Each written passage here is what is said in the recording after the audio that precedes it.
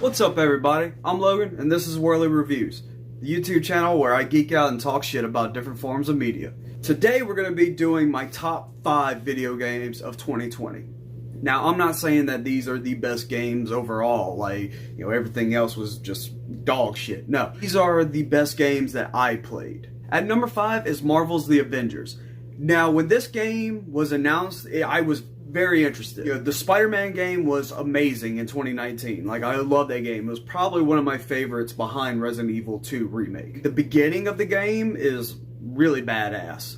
Like, you get to fight Taskmaster, and just seeing that character in some form of media other than the comics was nice. But the game, with following Miss Marvel and everything, was really cool. I wasn't as familiar with that character going into the game, but kind of seeing her origin story and develop and her relationship with the Avengers, it actually has me pretty excited for the Disney Plus series that they just announced. Like, I definitely want to watch that one. Now, the game is very repetitive. It's a very straight up beat 'em up game, but it still keeps you interested with the storyline and where the story is going. Now, full disclaimer, I didn't finish the story. Another game came out and I was like, okay, I gotta start playing this now. But I definitely bought it. It's definitely worth buying. You definitely put in a few hours behind it, and that's what I look for with video games, is how much do I want to replay, or how much do I want to keep playing? Is there going to be a certain point in this game that I hit and I'm just like, I'm over it?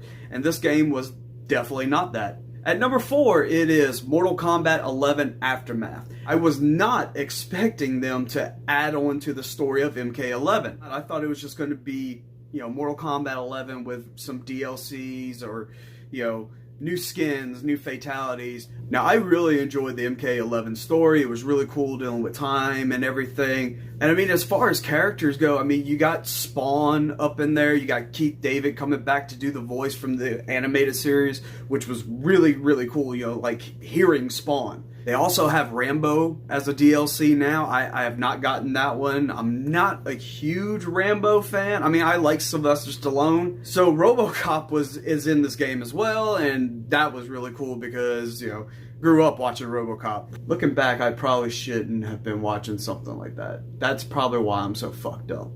Childhood ruined. But there's also some really cool voice actors who are actually live actors. So got actors from the original live action movie to come back and do some voices. Like, you got the original Johnny Cage doing Johnny Cage's voice. You got the original Sonya Blade from the live action movie doing Sonya Blade. What's her name? Bridget Wilson? She was in Last Action Hero. Yeah, her. And then of course you got Christopher fucking Lambert coming back in to play Raiden's voice. That's really cool. Nostalgia right there for me.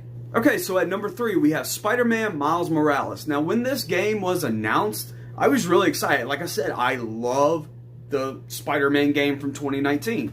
And I wasn't sure if this game was going to be a spin-off or a continuation, like a sequel or whatever. Like, yeah, you could look at it as a spin-off, but for the most part, it kind of, you know, ties in very well with the first game to be a sequel. And the story in it is really good. It's always really cool whenever a game can spark emotions that, you know, other media franchises can. It's really cool seeing video games go in that direction.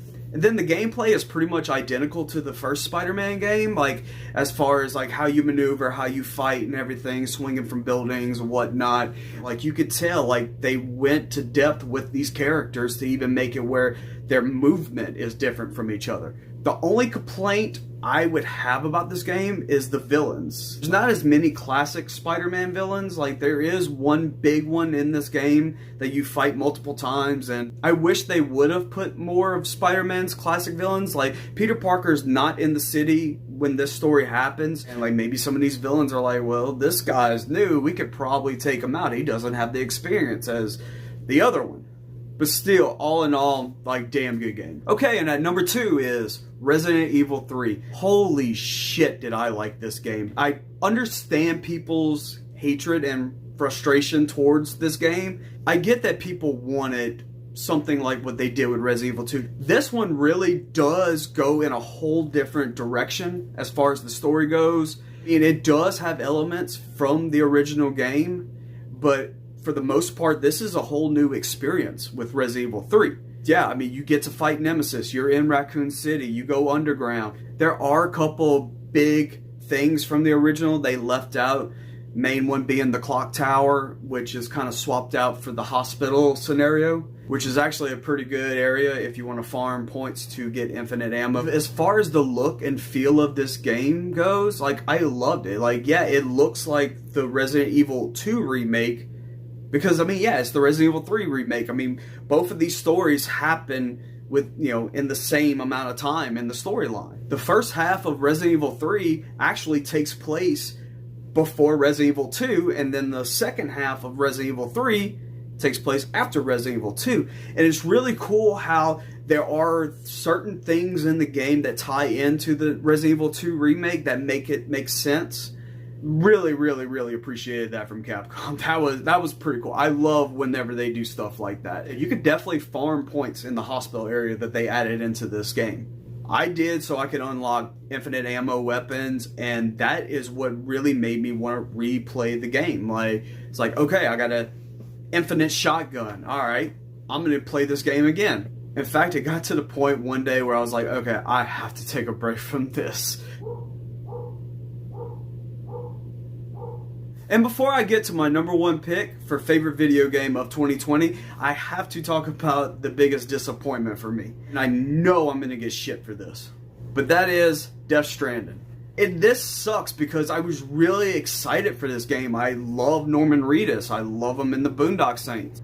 Obviously, you know, I love him in The Walking Dead. As much as I don't love The Walking Dead as much as I used to, I still love that character. Also love him in the new Marilyn Manson video for Don't Chase the Dead. Like, I couldn't get into it. I played it for maybe an hour and I lost interest. It just wasn't what I was expecting.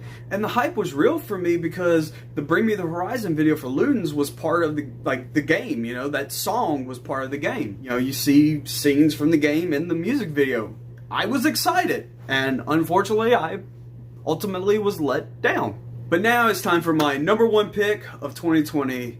My favorite video game was The Last of Us Part 2. Holy shit, this game. Oh, where do I begin? Like, I'm going to give a spoiler warning for this one because it's hard to talk about this game without revealing anything. So, I mean, it starts off like how you would expect and everything, and then all of a sudden we lose Joel, the main character from Part 1 that you played as, and you become emotionally attached to these characters. You know, with Joel and Ellie, and then this character Abby comes and kills Joel, so Ellie is going to go kill Abby and her friends that killed him. Whenever you get to where Ellie and Abby are having what you think is the final confrontation, this fucking game goes back a few days and you start playing as Abby. So you're seeing her perspective, and this is a character I'm pretty sure if you played the game, you fucking hate at this point. Like, you've killed all of her friends as Ellie, and now you have to play as her.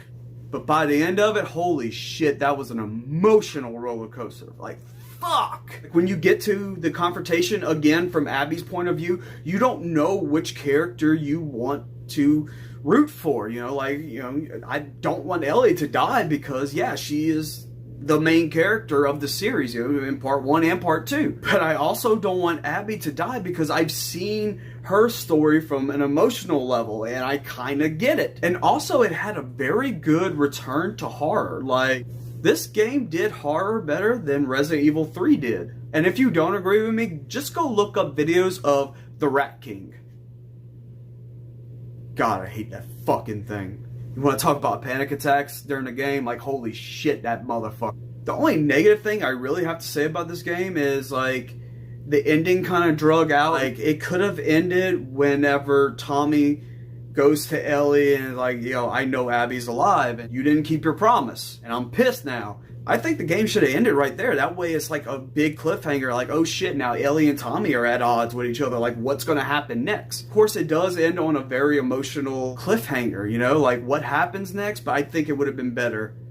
You know, just my opinion, I think it would have been better if it ended with Tommy telling Ellie, like, hey, the fuck. But that's it for my top 5 video games of 2020. Let me know what you thought in the comments section. What games you thought were great this past year. You know, did you play any of the games that I talked about? Did you like them? Did you hate them? You know, and of course, if you would, hit that like button, drop a comment in the comments section, share on social media, and of course, subscribe so you can stay up to date with what's coming next. And be sure to follow me on social media like Facebook, Twitter, Instagram, and of course, thanks for watching. I'll see you guys later.